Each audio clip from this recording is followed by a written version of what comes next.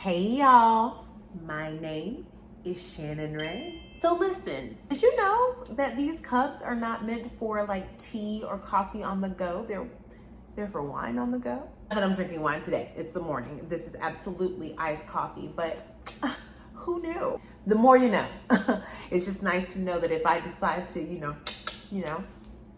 go out in these streets and have a little libation, I have a cup that's prepared for it. And honestly, how adorable is she, huh? Get into it. Some of you have asked, and I have some mugs that are coming out. They're Hey Shannon Ray mugs, but there's also a specialty mug that's coming as well. So I decided to launch them both at the same time. So be on the lookout. That is coming very, very soon. And I know it was supposed to come last month, but I'm a bit of a perfectionist. And so I just wanted to make sure everything was set up and that it would be easy to access. So thank you to those who have been asking. It's coming and I'm very excited about it. Very excited about it. Y'all, I think it just hit me that it's really mid-August. It's the end of summer. I am no longer gonna be able to successfully wear summer dresses, which basically means I need to go ahead and flip my clothes over in my closet. Okay, I need to go ahead and get my list together for Thanksgiving dinner. I might as well, go ahead and start looking for my Christmas PJs. Don't want to miss out on all the good ones. Everybody's gonna go to Old Navy and get the same matching sets, and I like to be a little bit different. So not to be dramatic or anything, but Happy New Year. This year is gone. Basically, I'm saying I can smell the pumpkin spice. Low key, Mariah, is that you? I feel like I can hear the Christmas carols. It feels like time is slipping away from me. Time is slipping away from me. Do you remember where that's from? Remember? Casey and JoJo. Time is slipping away from me. Yeah. I will never let that clip die. Never. Never. In honor of being a bit reflective on this time right now, I'm actually thinking about a conversation that I had with a friend of mine just about a week ago. We were talking about kind of the goals for this channel, what the purpose of my content is, and why I'm motivated, so motivated about what I'm putting on this channel, the cadence, wanting to give more, wanting to make sure there's a place that people can go to reach me and contact me and interact with me. A lot of the goals for this channel, I've never spoken out loud. A lot of times people ask, but I never really had it framed quite the way this friend did. Like, what do you want this channel to accomplish in the world? What does community really mean to you? How do you feel about growing subscribers? Because that's not necessarily what it's about. Sure, I really want to make it to 1,000. In my mind, it's an opportunity to grow community, to have more conversations. There are certain features that it unlocks on YouTube. And those things are really exciting to me because I feel like it creates an opportunity to have some really genuine and impactful engagement with the people who decide to follow me. There's so many people out there who have YouTube channels. There's so many people out there who talk about the same thing that I talk about. And so I feel like this big goal, which feels big to me. I know there are people who have way more followers than 1,000, but to me, 1,000 feels like a lot of people to interact with, love on, be loved by, build with, talk with, engage with.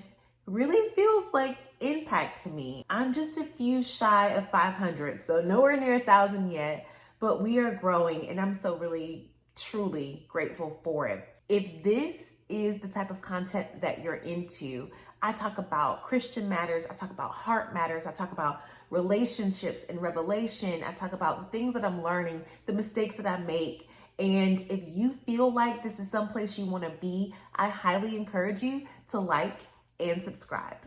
Hit those notifications too, because the way this algorithm is set up. When I think about like the mission statement, or if there were to be a mission statement for Hey Shannon Ray for this particular channel, I think that it would be very clear: for the glory of God.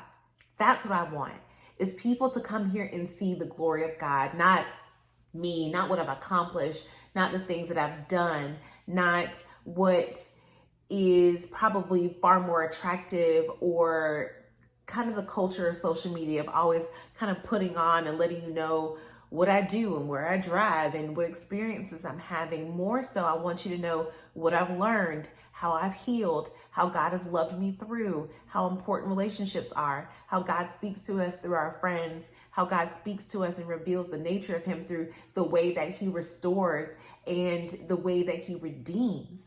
That's what I want people to get from this channel. And I think about that a lot because this feels purpose driven, right? This feels like a piece of why God has placed me here. And I was watching a sermon by Dr. Dharius Daniels from Change Church based in New Jersey, but he's got another location that he's building and planting in Atlanta, Georgia. And it was such a revelation. This wasn't even like the complete full sermon, but he stayed on this point for a while. And he was talking about how he has preached, and so many people do, about purpose and about how important it is for us to fulfill our purpose, find it, fulfill it, and have God say, well done. And that's true, but that's not what life is about. Life is not all about purpose. And I know if you're like me, you're kind of like taking it back, because that's what we're taught, that is kind of indoctrinated in us, that our lives are to fulfill God's purpose. Our lives are not just to fulfill God's purpose. Our lives are to give glory to God. I want to talk about today the idolization of purpose. When I heard that sermon, which I will link, and I heard that piece about purpose, it really kind of took me down a little bit of a rabbit hole. I started thinking about how many books we have that are dedicated to finding your purpose, how many messages and sermons I've received that were tied to purpose, how much we talk about it, how much we navigate in it. If we're not capitalists, then we're purpose driven, and how I fall very much so into that scope and that space, and how it's easy to kind of get caught up in it. It's easy to be so invested in it because you feel like this is your way of not only achieving peace, but in displaying your obedience to God.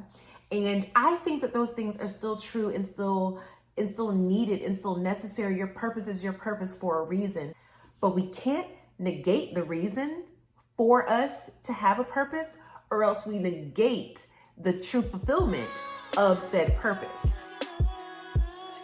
While we're walking in this self-discovery and we're thinking through ways to support, through ways to foster ourselves so that we are able to have this understanding of who we are, our talents, our gifts, how we connect to other people, how we understand relationships, we get very, very much so self-focused. And it's different, I think, than being self-centered, because sometimes it really is about how to figure out how we can best serve other people, how to figure out how we can best take care of ourselves, how we can best be members of the body and truly advance the kingdom. And those things still matter. Those things are still important. We become so focused on ourselves. We start to think that the beauty and the glory is in what we've done rather than who did it through us.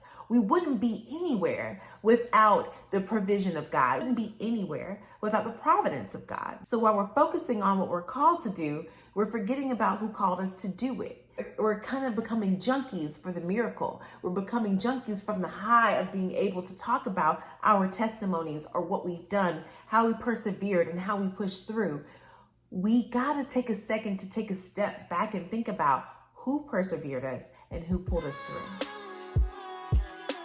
I had the opportunity to do a podcast interview a couple months ago, and we were talking through my divorce and talking through the things that I'd learned since the divorce.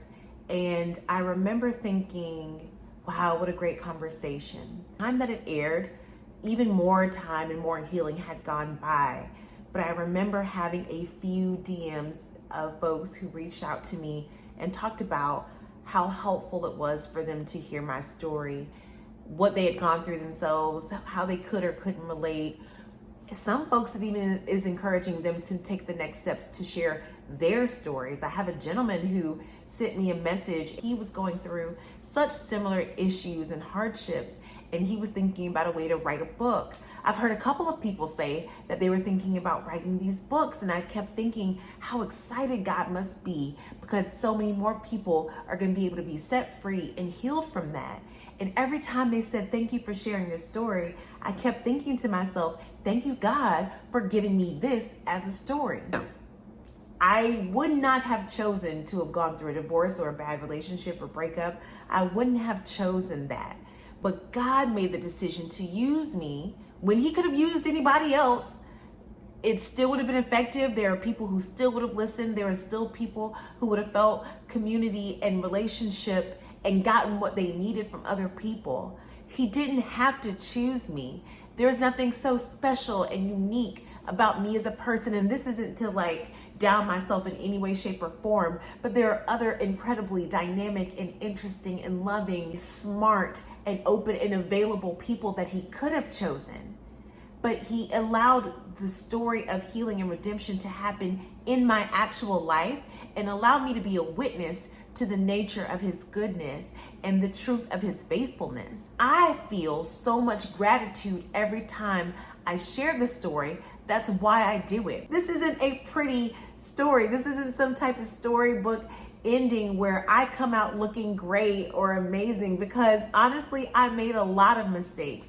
There were a lot of twists and turns. There were ups and downs. I saw myself at my lowest. I experienced myself doing things I thought I would never do, accepting things I thought I'd never accept. And it had to shape me and in some ways break me to become the person that I was always meant to be, who really won't accept those things, who really won't do those things, because now I see what it is to get to that place. So to have my life be one that could actually help somebody else on even this small scale is incredibly beautiful. It's incredibly humbling. They say, thank you for sharing your story. No, thank God for what he's done for the both of us. Easy to get caught up in that and to feel like, oh, it's because of how I'm telling it or how I'm showing it. I don't think that's it. I think it's because there's a truth that God knows exists within his people, within his children. There is a connectivity that he's allowed with us being able to talk to each other on social media, through the internet. There is something so beautiful about wanting us to free ourselves and experience freedom here before we even make it into the kingdom. Because I'm going to the kingdom. I'm going to do all I can. We are resources for other people. I am not your way to get to God, but I am an example of how he can show up in your life. I am a truth that he exists. I am a truth of what his nature is like. It's not about our work. It's not about the work of our hands. It's about the goodness of God. I don't want this to be a performance. No parts of my life. I want to be honest. I want to be straightforward. I want to be trustworthy, not just in the people who I'm in relationship with, but in God, what he gives to me, what he says to me, what he thinks of me, and how I move in my relationships. And I'm still growing. I'm still grappling. I'm still trying to get this right. And I think that that will always be the state that I'm in, always in transition, always in growth, always trying and striving to be better. I want to be a good friend. I want to be a good partner. I want to be a good employee. I want to be a great boss. I want to be a lot of things. I think that because my scope and my attention is changing, I'll be the best at it that I can possibly be, because being a good friend to you means I get to glorify God because he's a good friend to me. Being a good daughter to you is a way to be a good daughter to God. The purpose of my life is to not only love you, love people, be here for you, but to show that that loving nature is a part of who God is. I could never measure up to any of the goodness of him, any of the sovereignty or the thoughtfulness or his wisdom. But we, all of us, have the ability to glorify God through the way that we walk in the earth, through the way that we talk to each other and treat each other and commit to each other and commit to the work of the Lord, the work of the kingdom. We are glorifying God. Life is about his glory, and that is a beautiful place to exist. That one point stuck with me so much that I had to get on this camera, and because I feel it. I feel drawn to that. It changed something for me, and I hope that I hope it changes something for you or confirms something for you. If it doesn't glorify God, then what does it really have to do with you? That's all I have for today.